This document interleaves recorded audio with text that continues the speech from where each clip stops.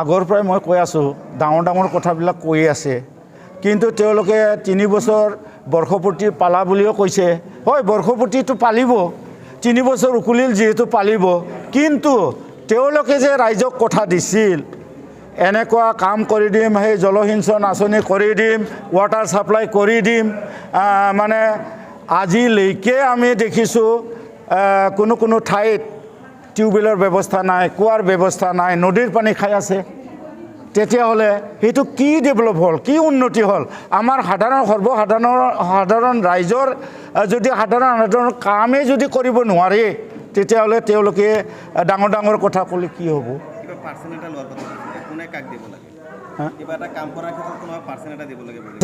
পাৰ্চেণ্টৰ কথা মই অলপ আগত ক'লোঁ যিকোনো কাম এনি মানে ডিপাৰ্টমেণ্টৰ কাম তেওঁলোকে MCLA বিলাক এনেই দিয়া নাই কাম সাধাৰণ গাঁৱে ভূঞে যোৱা ৰাস্তাৰ পৰা আদি কৰি আৰু ক'ৰবাত ডাঙৰ ডাঙৰ বিল্ডিঙৰ কথাটো বাদ দিয়ক মোটামুটি 18% নৰ তলত 20%ৰ তলত কিন্তু তেওঁলোকে কাম দিয়া নাই কাকো ইমানটো পাৰ্চেণ্ট দলৰ নামত লৈছে কিন্তু তেওঁলোকে MCLA সকলে পকেটত ভৰাই লৈছে এইটো একদম খাটাং প্ৰয়োজন হ'লে আৰু ক'ব পাৰিম এইটো দল পৰিৱৰ্তন দল এনেকৈ যদি মানে পাৰ্চেণ্ট লৈ পেলাই কাম কৰে তেতিয়াহ'লে আমাৰ গাঁৱে ভূঞে যিখিনি কৰিব লগা কাম সেইখিনিতো হৈ নুঠে না তে কাক পৰিৱৰ্তন কয় পৰিৱৰ্তন হোৱাই নাই আৰু বহুত এই যে হেৰিত চুক্তিমতে চুক্তিৰ দফাত বহুতো ৰূপায়ণ কৰিব লগা আছিল কিন্তু আজিলৈকেনো ক'ত ৰূপায়ণ হ'ল নহয় জানো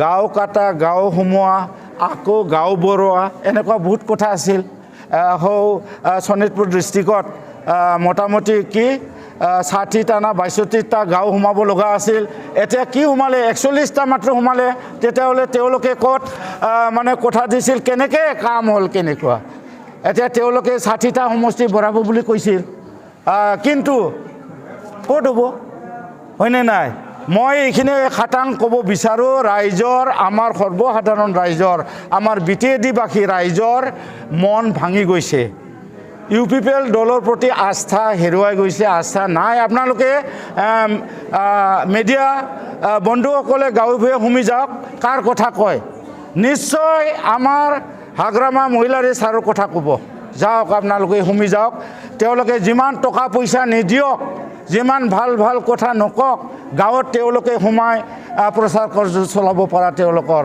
মানে হেৰি নাই বৰ্তমান আজিৰ দিনত সেইখিনি মই ডাঠি কৈছোঁ আমি এইটো গ্ৰাছৰুট লেভেলৰ পৰা কাম কৰি অহা মানুহ গতিকে আমি জানো গতিকে মানে আজিৰ দিনত ৰাইজৰ মনবিলাক কিন্তু ভাঙি গৈছে UPPLৰ প্ৰতি তাৰমানে কাৰো আস্থা নাই আস্থা হেৰুৱাইছে সেই হিচাপে আশা কৰিছে আমাৰ মানে পুৰণা দলৰ আমাৰ পুৰণা চিফ ছাৰ হাগ্ৰামা মহিলাৰীকে আশা কৰিছে ৰাইজে এইবেলি আগন্তুক নিৰ্বাচন যেতিয়া BTEDত হ'ব তেতিয়া আমাৰ হাগ্ৰামা মহিলাৰীকে ছাৰকে চবে ভোট দি তেওঁক মানে চৰকাৰ আনাৰ সহায় কৰিব আৰু তেওঁৰ এই যে মানে আমাৰ BTED অঞ্চলত যে উন্নয়নমূলক কাম কৰিছিল সেইটোতো চবেই দেখা পায় আজি ধৰক ছেক্ৰেটেৰিয়েট অফিচৰ পৰা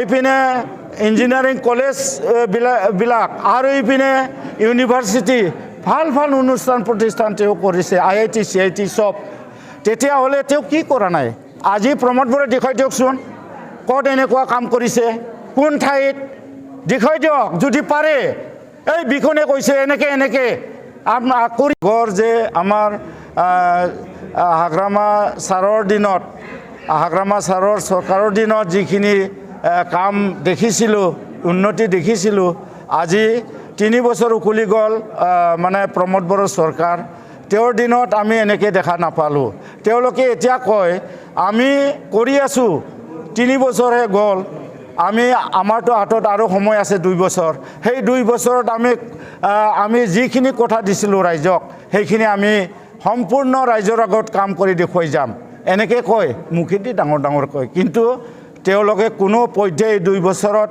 কাম কৰিব নোৱাৰে কেনেকৈ পাৰিব সময় 2 বছৰ আছে নেকি এতিয়া লোকসভাৰ নিৰ্বাচন আহি আছে, এপ্ৰিলত হ'বই, তেতিয়া তাতেতো কোড অফ কণ্ডাক্ট লাগিব, তাতেতো মোটামুটি 1-1.5 বছৰ গুচি যাব। তেতিয়াহ'লে তেওঁলোকৰ হাতত কেনেকৈ 2 বছৰ থাকিল? আৰু ইপিনে BTD নিৰ্বাচন আহি আছে, তাতেও কোড অফ কণ্ডাক্ট লাগিব, তেতিয়া তেওঁলোকৰ হাতত কিমান থাকিব? কি 6 মাহো নাথাকে, ধৰক 6 মাহ থাকিল, 6 মাহত তেওঁলোকে কি তেওঁলোকৰ ৰাইজক কথা দিয়া মতে তেওঁলোকে কেনেকৈ সম্পূৰ্ণ কৰি মানে তেওঁলোকৰ যিখিনি আশ্বাস দিছিল ৰাইজক ক'ত কৰিব পাৰিব? নিশ্চয় সম্ভৱ নহয়।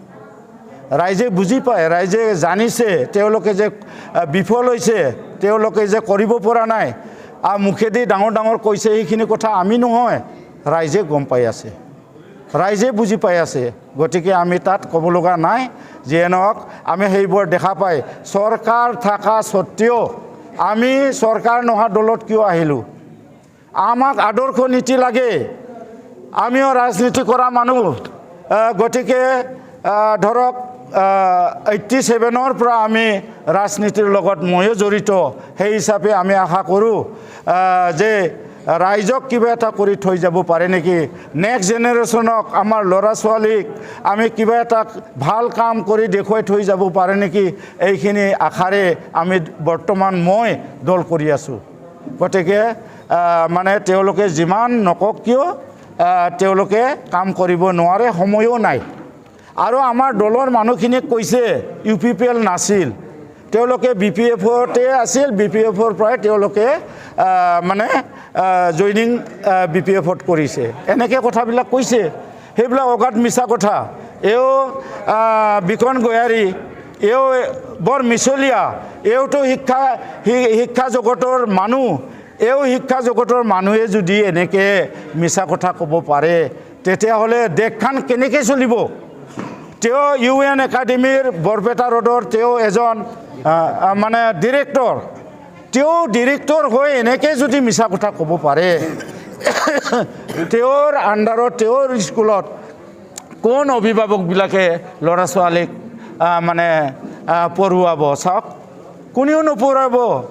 তেওঁ এনেকৈ যে মিছা কথা কৈ মিছলীয়া, সেই কথাটো ৰাইজে গম পালে। এই যে মোক CWC মেম্বাৰ নহয় বুলি এবাৰ ক'লে সিদিনাখন 19 তাৰিখত, আকৌ আজিৰ নিউজ চেনেলত ক'লে যে কনক বৰুৱা আগতে CWCৰ মেম্বাৰ আছিল। এই কথা ক'বা লাজ কৰিব লাগে। সেইদিনাখন এটা কথা ক'লে, আজি এটা কথা ক'লে, কি কথা এইটো? তেওঁ এজন আমাৰ হালবাৰী জিলাৰ UPPLৰ মুৰব্বী, সভাপতি মানে মুৰব্বী, দেউতা। তেওঁ দেউতাই পৰিচালনা কৰা মানুহজনে যদি এনেকৈ মিছা কথা কয়, তেতিয়াহ'লে তেওঁ ৰাইজক, আমাৰ সেই যে সংগঠনক, আমাৰ দলটোক কেনেকৈ চলাই নিব পাৰিব? নোৱাৰে, নিশ্চয় নোৱাৰে। সেইকাৰণে ফেইলৰ বুলি কৈছোঁ, সেই ফেইলৰ দলত আমি নাথাকোঁ এই বুলি আমি যোৱা 16 তাৰিখত আমি চবে দলে বোলে আমাৰ কৰ্মীখিনি মানে 46 জন কৰ্মী আমি BPFত যোগদান কৰিছোঁ। আৰু কিবা কম না? ধন্যবাদ থাকিল সাংবাদিক বন্ধুসকল। আজি ৰাতিপুৱা হঠাৎ আপোনালোকৰ জৰিয়তে আমি সংবাদমেল পাতিছোঁ। ইয়াৰ নিশ্চয় অন্তৰ্নিহিত কাৰণ নথকা নহয়। যোৱা 16 তাৰিখত আমি 46 জন UPPL কৰ্মীক লৈ BPF দলত যোগদান কৰিছিলোঁ। আৰু তাৰ পৰিপ্ৰেক্ষিতত 19 তাৰিখত, চলিত মাহৰ 19 তাৰিখত হালবাৰী জিলা UPPLৰ সভাপতিৰ নেতৃত্বত তেওঁলোকে এখন সংবাদমেল দিয়ে। আৰু তাত আমি UPPL দলৰ কোনো কৰ্মী নাছিলোঁ বুলি তেওঁলোকে প্ৰকাশ কৰিছে। খুব ক্ষোভিত হৈছোঁ যে তেওঁলোকে এনেকুৱা মিছা কথা ক'ব পাৰে, আৰু এই মিছা কথা কৈ ইমান দিনেই নিৰ্বাচন সময়তো তেওঁলোকে মিছা কথা কৈ আহিছে, আৰু এতিয়ালৈকে তেওঁলোকে মিছা কথা কৈ আছে। গতিকে আমি তেওঁলোকক সকীয়াই দিছোঁ যে এনেকুৱা মিছা কথা ক'ব নালাগে। তো আচলতে আমি এইকাৰণেই আহিছিলোঁ BPF দলত যে UPPL দলে বিগত নিৰ্বাচনৰ সময়ত যিবিলাক চলাহী কথা কৈ মানুহ নচাই এই জইন কৰাইছিলে বা UPPL দলত হৈ নিৰ্বাচন খেলিছিলে, প্ৰতিশ্ৰুতি দিছিলে, তাৰে কোনো প্ৰতিশ্ৰুতি এতিয়ালৈকে তেওঁলোকে ৰক্ষা কৰিব পৰা নাই। আৰু আমি কৰ্মী হিচাপেও ৰাইজক তেনেকৈ হয়তো মই সংখ্যালঘু কোষৰ প্ৰতিষ্ঠাপক সভাপতি হিচাপে বিভিন্ন অঞ্চলত গৈ ৰাইজক কথা দিছিলোঁ যে সংখ্যালঘু এৰিয়াত হয়তো উন্নয়নৰ কাম কিছু পৰিমাণে হ'লেও মোৰ জৰিয়তে হ'ব, আৰু মই হয়তো সংখ্যালঘু জনগণক বা অৱৰ জনগোষ্ঠীক মই কিছু হ'লেও কাম দিব পাৰিম। কিন্তু দেখা গ'ল যে বড়োসকলেই পোৱা নাই, আৰু সংখ্যালঘুৱে হওক বা অৱৰ জনগোষ্ঠীয়ে হওক কোনো ধৰণৰ কাম তেওঁলোকে পোৱা নাই। তাৰ উদাহৰণ মই দাঙি ধৰিছোঁ যে 22 চনত মোৰ এৰিয়াত, মোৰ থকা সোণবাৰী VCDC এৰিয়াত যোৱা 22 চনত যি প্ৰলয়ংকাৰী বানপানী হৈছিলে, সেই বানপানীৰ সময়ত একদম UG ব্ৰহ্মৰ পৰা আৰম্ভ কৰি প্ৰমোদ বড়ো বা যিবিলাক কৰ্মী আছে, উচ্চ পদস্থ বিষয়া আছে, তেওঁলোকক লৈ কেইবাবাৰো ভ্ৰমণ কৰিছিল সেই গৰাখহনীয়া এৰিয়াটো, এলেংগামাৰী, নাৰায়ণকুৰি, ৰাঘৱবিল, আনকি গোবৰ্ধনলৈকে। আৰু ৰাইজক কথা দিছিল যে আপোনালোকে নিজে হাতে পৰিশ্ৰম কৰি এইটো প্ৰতিৰোধ কৰক, আমি পাৰ্য মানে কিছু টকা আপোনালোকক অনুদান হিচাপে আগবঢ়াই দিম। যোৱা 22 চনত আমাৰ বহুত কৰ্মীয়ে 10,000 20,000 টকা তুলি 3 লাখৰ ওপৰত টকা খৰচ কৰা হৈছিল। কিন্তু যি চৰকাৰে সেই টকাখিনি আৰ্যভূতি দিব নোৱাৰিলে, তেওঁলোকে আৰু কি কাম কৰিব পাৰে তাৰে পৰাই আমি প্ৰমাণ পাইছোঁ। যাৰ কাৰণে আমি লক্ষ্য কৰিছোঁ যে UPPL দলে প্ৰকৃততে কোনো কাম কৰাৰ যোগ্য ব্যক্তি নাই, তেওঁলোকে মাত্ৰ মিছা কথা কৈহে ৰাইজক প্ৰলোভিত কৰিছে। গতিকে আমি যোৱা 16 তাৰিখত সেইকাৰণে BPF দলত যোগদান কৰিছোঁ। আৰু দেখা পাইছোঁ যে UPPL দলে অহা দিনতো তেওঁলোকে কোনো ধৰণৰ কাম কৰিব নোৱাৰিব। মাত্ৰ তেওঁলোকৰ সভাত যিবিলাক মানুহ হয়, তেওঁলোকে VCDCৰ চেয়াৰমেনসকলক হাই এলাৰ্ট জাৰি কৰি দিয়ে যে আপোনালোকে মানুহ লৈ আহিব লাগিব, নহ'লে কিন্তু আপোনালোকৰ চেয়াৰমেন কাটি দিয়া হ'ব, এনেকুৱা ভয় ভীতি দেখুৱাই। আৰু চেয়াৰমেনসকলে সাধাৰণ নাগৰিকক এই বৰ্তমান কি আয়ুষ্মান কাৰ্ড, তাৰপিছত কণ্ট্ৰলৰ কাৰ্ড, এইবিলাক লৈ ৰাইজক এটা বাতৰি দি আছে যে নহ'লে কিন্তু আপোনালোকৰ কণ্ট্ৰলৰ কাৰ্ড নহ'ব, এনেকৈ ভয় দেখুৱাই তেওঁলোকে সভা সমিতিবিলাকত মানুহ লৈ যাই আছে। আচলতে UPPL সমৰ্থিত ব্যক্তি বৰ্তমান নাই। 80% জনসাধাৰণ ইতিমধ্যে UPPL ত্যাগ কৰিছে, হয়তো আনুষ্ঠানিকতা হোৱা নাই। অহা দিনত তেওঁলোকে জনসাধাৰণৰ পৰা কোনো ধৰণৰ সহায় সহযোগ নাপাব বুলি আমি লক্ষ্য কৰিছোঁ, বা আমি প্ৰতিষ্ঠাপক